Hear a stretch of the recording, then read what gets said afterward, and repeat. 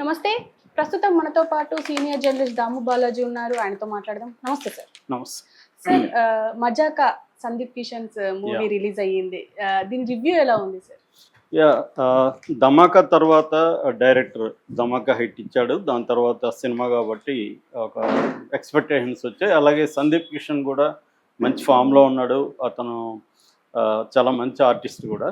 So, వీళ్ళిద్దరి కాంబినేషన్‌లో కామెడీగా ఆల్రెడీ టీజర్ గానీ, ట్రైలర్ గానీ ఆకట్టుకున్నాయి. సో, ఈరోజు శివరాత్రి సందర్భంగా రిలీజ్ అయింది. ఈ సినిమా ఎలా ఉందో చూద్దాం. ముందుగా కాస్టింగ్ విషయానికి వస్తే సందీప్ కిషను, రీతు వర్మ, తర్వాత అంశు అంబానీ. అంశు అంటే మన 'మన్మధుడులో' నాగార్జునతో చేసిన అమ్మాయి.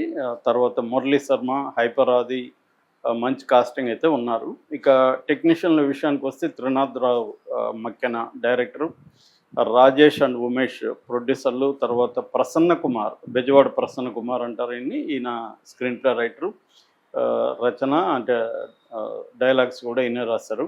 దాని తర్వాత లియోన్ జేమ్స్ మ్యూజిక్ చేశాడు, షఫీ డిఓపి. సో, కథగా చెప్పుకోవాలంటే ఇది ఒక థిన్ లైన్ అని చెప్పుకోవచ్చు. ఒక తండ్రి కొడుకులు ఉంటారు. తండ్రిగా రావు రమేష్ చేస్తే కొడుకుగా సందీప్ కిషన్ చేశారు. తండ్రి పేరు రమణ, కొడుకు పేరు కృష్ణ. సో, వీళ్ళిద్దరూ అంటే ఈ కృష్ణ పుట్టినప్పుడే తల్లి చనిపోతుంది. సో, వీళ్ళిద్దరూ ఇద్దరు ఒంటరి మగవాళ్ళు అని చెప్పచ్చు. సో, అందువల్ల వీళ్ళకి ఒక విమెన్ లేని లోటు కనిపిస్తూ ఉంటుంది ఇంట్లో. వీళ్ళిద్దరూ ఏదో ఒకరినొకరు చూసుకుంటూ బతికేస్తుంటారు. సో, ఈ టైంలో వీళ్ళ గోల్ ఏంటంటే ఒక ఫ్యామిలీ ఫోటో ఇంట్లో ఉండాలి అన్న ఇది ఉంటుంది. దాంతో ఈ అబ్బాయికి పెళ్లి చేయడానికి తండ్రి ట్రై చేస్తే అందరూ కూడా ఆడదిక్కు లేని ఇంట్లో ఇస్తే ఇబ్బంది అవుతుంది అన్నట్టుగా ఇవ్వరు, అమ్మాయిని ఇవ్వరు. సో, పెళ్ళి కాదు. దాంతో కొంతమంది సలహాలు ఇస్తారు తండ్రికి, నువ్వు పెళ్లి చేసుకో ఎవరినైనా, అప్పుడు ఇది ఇబ్బంది కాదని. సో, అతను పెళ్లి చేసుకుందాం అనుకునే లోపలే అతనికి ఒక అమ్మాయి అంశుని చూస్తాడు. అంశు అంటే ఇష్టం ఏర్పడుతుంది. ఈ లోపల కృష్ణ కూడా ఒక అమ్మాయిని లవ్ చేస్తాడు. సో, తండ్రి కొడుకులు ఇప్పుడు లవ్లో పడ్డారు. సో, తండ్రి కొడుకులు లవ్లో పడి ఒకరికి తెలియకుండా ఒకరు వాళ్ళ లవర్స్ని ట్రై చేస్తున్నారు. ఈ క్రమంలో తెలిసిపోతుంది వీళ్ళిద్దరికి. తెలిసిపోయినాక వీళ్ళిద్దరు బిహేవియర్ ఎలా ఉంటుంది, తర్వాత వీళ్ళిద్దరు కలిసి ఇద్దరు ఒకరిలో ఒకరు ప్రోత్సహించుకొని అలా చేస్తుంటారు. అయితే ఈ క్రమంలో రకరకాల ట్విస్టులు చోటు చేసుకుంటాయి. అంటే ఈ అంశు అండ్ ఈ అమ్మాయి ఎవరైతే ఉన్నారో, అంశు పేరు యశోద, ఈ అమ్మాయి పేరు Meera. So, Ritu Varma heroine. So, వీళ్ళిద్దరూ ఒకే ఇంట్లో ఉంటున్నారు అన్న విషయం ఒక ట్విస్టు. ఒకే ఇంట్లో ఉంటే వాళ్ళిద్దరి మధ్య సంబంధం ఏంటి అనేది ఇంకొక ట్విస్టు.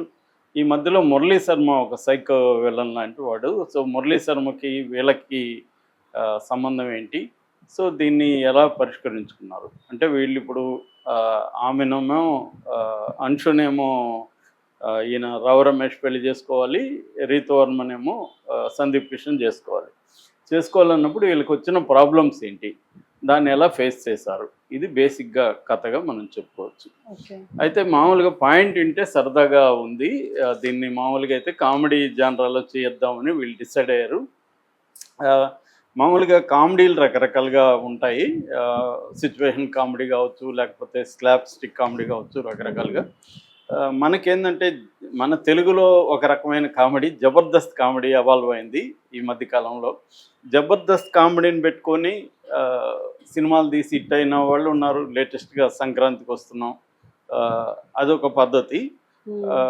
వీళ్ళు కూడా ఆ పద్ధతినే ఎక్కువగా ఫాలో అయ్యారు. జబర్దస్త్ కామెడీ ఏంటంటే సంబంధం లేకుండా కామెడీ సీన్లు రాసుకోవడం, కథకి దానికి ఏం సంబంధం ఉండదు. కామెడీ సీన్లు రాసుకొని ఆ సీన్లన్నీ దీంట్లోకి ఇన్కార్పొరేట్ చేసుకోవడం. ఇది యాక్చువల్గా మన తెలుగులో త్రివిక్రమ్ శ్రీనివాసే ఈ స్టైల్కి ఆద్యుడు అని చెప్పచ్చు. అతను కామెడీ కోసమే కొన్ని సీన్లు రాస్తూ ఉంటాడు. ఆ సంబంధమే ఉండదు, కథకు కానీ క్యారెక్టర్కి సంబంధం లేకుండా కామెడీ సీన్లను తీసుకొచ్చి ఇక్కడ పెట్టేసి కామెడీ చేద్దాం అనేది త్రివిక్రమ్ స్టైల్. కానీ అతనికి ఉన్న టాలెంట్ అయితే అది ఎక్కువ సార్లు వర్కౌట్ అవుతుంది, జెల్ అవుతుంది. సో, ఆ జెల్ చేయాలి. నువ్వు ఎక్కడి నుంచి ఏం తెస్తున్నావు అనేది ఇంపార్టెంట్ కాదు, నీకు ఈ నెరేటివ్లో కరెక్ట్గా జెల్ అయ్యి ఆడియన్స్కి ఆర్డ్గా అనిపించకపోతే అది నేచురల్గా ఉంటుంది. త్రివిక్రమ్కి ఆ స్టైల్ ఉంది. కానీ మిగతా వాళ్ళకి అది లేనప్పుడు ఏం చేస్తారంటే వీళ్ళు కూడా అలాగే చేస్తే మనం కూడా హిట్ అవుతాం అనుకుంటారు. కానీ అది కష్టమవుతుంది. దీంట్లో అదే జరిగిందనమాట. దీంట్లో ఏందంటే దీన్ని హిలేరియస్‌గా నిజానికి ఇది వినడానికి చాలా ఇంట్రెస్టింగ్‌గా ఉంది. కానీ ఏమైపోయిందంటే ఎప్పుడైనా గూడా కథ వేరు, కథనం వేరు. కథగా చెప్పినప్పుడు బానే ఉంటది. పాయింట్ కాబట్టి మనకు బానే అనిపిస్తది. నిజానికి ప్రొడ్యూసర్లు వీళ్ళు గూడా ఈ పాయింట్‌కి పడుంటారు. ఇంట్రెస్టింగ్‌గా ఉంది డిఫరెంట్‌గా అని. కానీ సీన్‌ల విషయానికొచ్చేసరికి మళ్ళీ కొత్త సీన్‌లు ఏమీ లేవు దీంట్లో ఈ సినిమాలో ప్రధానంగా. ఫస్ట్ హాఫ్ అంతా గూడా నేను ఇందాక చెప్పిన కథ ఎస్టాబ్లిష్‌మెంటు, సెటప్ ఇవన్నీ ఫస్ట్ హాఫ్ తీసుకుంటారు. జనరల్‌గానే మన ఫార్ములాలు ఎలా ఉంటాయంటే ఫస్ట్ హాఫ్ అంతా సరదాగా రొమాన్సు, కామెడీ ఇలాగ నడుపుతారు. ఇంటర్వెల్ ముందు రియల్ కథ స్టార్ట్ అవుతుంది.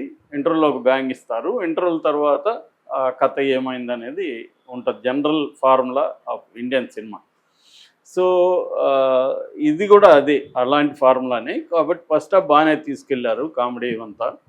సెకండ్ హాఫ్కి వచ్చేసరికి చాలా ప్రాబ్లమ్స్ వచ్చేసాయి. ఎందుకంటే ఎప్పుడైనా కూడా సెకండ్ హాఫ్ డీల్ చేయడమే డైరెక్టర్కి కష్టం. ఎందుకంటే రియల్ కథ అక్కడే కదా ఉంటుంది. సో ఫస్ట్ హాఫ్ అంతా సరదాగా నడిపేస్తారు. ఆడియన్స్కి కూడా ఫస్ట్ హాఫ్ ఓపిక ఉంటుంది, సెకండ్ హాఫ్ తగ్గిపోతూ వస్తుంది. సో ఇక్కడ కూడా సెకండ్ హాఫ్లో మనల్ని చాలా చోట్ల పరీక్షిస్తారు మన ఓపికను. సో ఎందుకంటే ట్విస్ట్లు, టర్న్లు, ముఖ్యంగా పెళ్లి ఎపిసోడ్, అనకాపల్లి పెళ్లి ఎపిసోడ్ ఒకటి ఉంది. అది హెడేక్ అయితే వస్తుంది.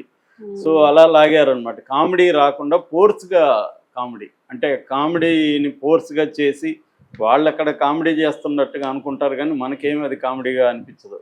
సో అది మేజర్ ప్రాబ్లం దీంట్లో. రైటింగ్లో ప్రాబ్లం.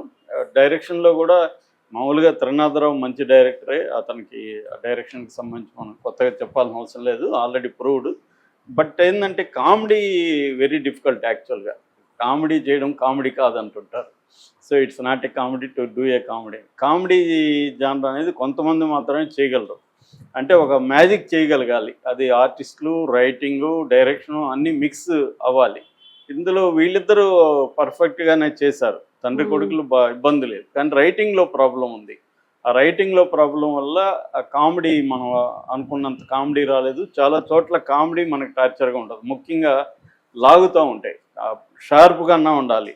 షార్ప్గా వాళ్ళకి తెలియాలి. అంటే ఇది కామెడీ ఎంతసేపు లాగితే కామెడీ వస్తుందా లేదా అని. అదేదో కొన్ని సినిమాలు కమల్ హాసన్ ఇట్లాంటి వాళ్ళు చేయగలిగారు, స్ట్రెచ్ చేసుకొని కామెడీ. అది ఇక్కడ ప్రాబ్లం అయింది.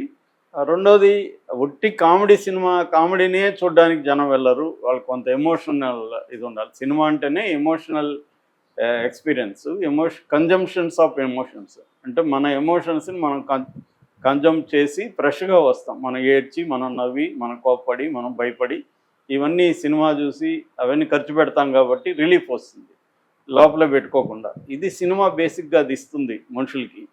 సో అది ఇక్కడ లేదు. ఎమోషనల్ ఇది కూడా చేశారు కానీ కొంత అది నిజానికి చాలా స్కోప్ ఉంది దీంట్లో. ఎమోషనల్గా బాగా చేసి ఉండొచ్చు. అంటే ఒక తండ్రి కొడుకుల్లో వాళ్ళ లైవ్స్లో ఏది ల్యాక్ అయిందో అది దగ్గరకు వచ్చింది అనుకున్నప్పుడు వీళ్ళకి ఒక పెద్ద హర్డిల్ వచ్చింది. దానివల్ల అంతకుముందున్న హ్యాపీ లైఫ్ కూడా డిస్టర్బ్ అవుతుంది. సో ఈ పాయింట్ని బాగా చేసి ఉండొచ్చు కానీ అంత బాగా అయితే చేయలేదు. అంటే సోసోగా ఉంది. మరి బ్యాడ్ మూవీ అయితే కాదు, అట్లని బ్రహ్మాండంగా ఎంగేజ్ చేస్తుందని కూడా చెప్పలేము. ఓవరాల్గా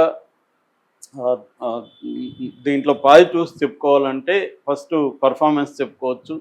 అట్లాగే కొన్ని చోట్ల Jabardasth kind of comedy work out అయింది. దాని తర్వాత బ్యాక్గ్రౌండ్ స్కోరు, కెమెరా వర్క్ ఇవి కూడా బాగున్నాయి. కాకపోతే ఎక్స్ట్రాడినరీగా ఏమీ లేవు. బ్యాక్గ్రౌండ్ స్కోర్ కూడా మామూలుగా జేమ్స్ బాగానే చేస్తాడు కానీ ఇందులో అంత స్కోప్ లేదు, తను అంత గొప్పగా లేదు. రెండోది ఇలాంటి వాటికి పాటలు బాగుంటే సినిమా ఎలివేట్ అవుతుంది. అది పాటలు అంత గొప్పగా లేవు. పైగా రాంగ్ ప్లేస్మెంట్లో పాటల్ని ప్లేస్ చేయడం కూడా ఒక్కోసారి మనకి ఇబ్బంది. అబ్బా ఎప్పుడు పాట ఏందిరా బాబు అన్న ఫీలింగ్ వస్తుంది. సో ఇటువంటి లోపాలు దీంట్లో ఉన్నాయి. మైనస్ ఇంకా చెప్పుకోవాలంటే మనకి రొటీన్ సీన్స్ ఎక్కువ, అంటే ప్రెడిక్షన్ ఉంటుంది. కామెడీ ఎప్పుడు వస్తుంది అంటే ప్రెడిక్షన్ ఉన్నా కూడా కామెడీ వస్తుంది, బట్ అది రేర్గా ఉంటుంది. కామెడీలో కూడా ట్విస్ట్లు, టర్న్లు ఉండాలి. అట్లాగే ఇంకా ఎమోషనల్ ట్విస్ట్లు ఉండాలి. అక్కడక్కడ ఇంటర్వెల్ తర్వాత ఒక ట్విస్ట్ అది బాగానే ఉంది. అక్కడ నుంచి మళ్ళీ వచ్చే ట్విస్టులు అంత గొప్పగా లేవు అనమాట. సో ప్రెడిక్టబిలిటీ అనేది ఒకటి. రెండోది కామెడీలో లాజిక్లు అవసరం లేదు. నిజానికి కామెడీ వర్కౌట్ అవుతాయి, అవ్వకపోతే లాజిక్లు చూస్తాం. అలాగా దీంట్లో లాజిక్లే లేవు నిజానికి. వీళ్ళిద్దరు వెరీ లౌడ్గా ఉంది. ముఖ్యంగా రావు రమేష్ ఆ అమ్మాయి కోసం ఒక టీనేజర్ లాగా పరిగెత్తడం అదంతా ఎబ్బెట్టిగా అనిపిస్తుంది. దాన్ని కొంత బాగా చేసి వేరే డిఫరెంట్గా చేసి ఉండొచ్చు, కానీ ఇద్దరికి తేడా లేకుండా తండ్రి కొడుకులు ఒకే రకంగా లవ్ చేస్తున్నారు అన్నట్టుగా చూపిద్దాం అనుకున్నారు. అక్కడ అది ఇబ్బందిగా, చాలా చోట్ల ఎబ్బెట్టిగా మనకి ఏంద్రా ఇది అన్నట్టుగా సిల్లీగా అనిపిస్తాం. అంటే ప్రేమే సిల్లీ వ్యవహారం అనుకోండి, కాకపోతే దాన్ని సరదాగా చూపించి ఉండొచ్చు, కానీ అది ఎబ్బెట్టిగా వచ్చేసరికి మనం కనెక్ట్ అవ్వం అనమాట. అటువంటి ప్రాబ్లమ్స్ ఉన్నాయి. ఓవరాల్గా 2.5 hour లెంగ్త్ కూడా కొంత ఎక్కువ. ఇది ఇలాంటిది 2 hours 10 minutes లోపలే ఉంటే కొద్దిగా షార్ప్గా ఉంటుంది. 2.5